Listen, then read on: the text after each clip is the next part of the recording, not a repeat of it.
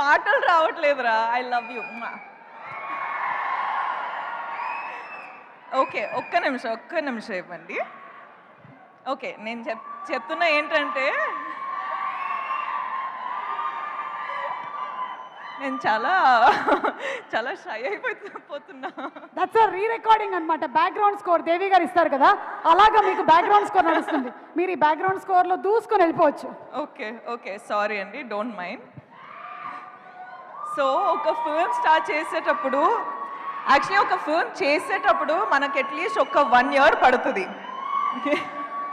ఆ 1 year టైంలో టీంతో పాటు ఎంత క్లోజ్గా అయిపోతామంటే, నేను అమ్మ నాన్న మొహం చూసి ఒక అట్లీస్ట్ 1 year అయిపోయింది.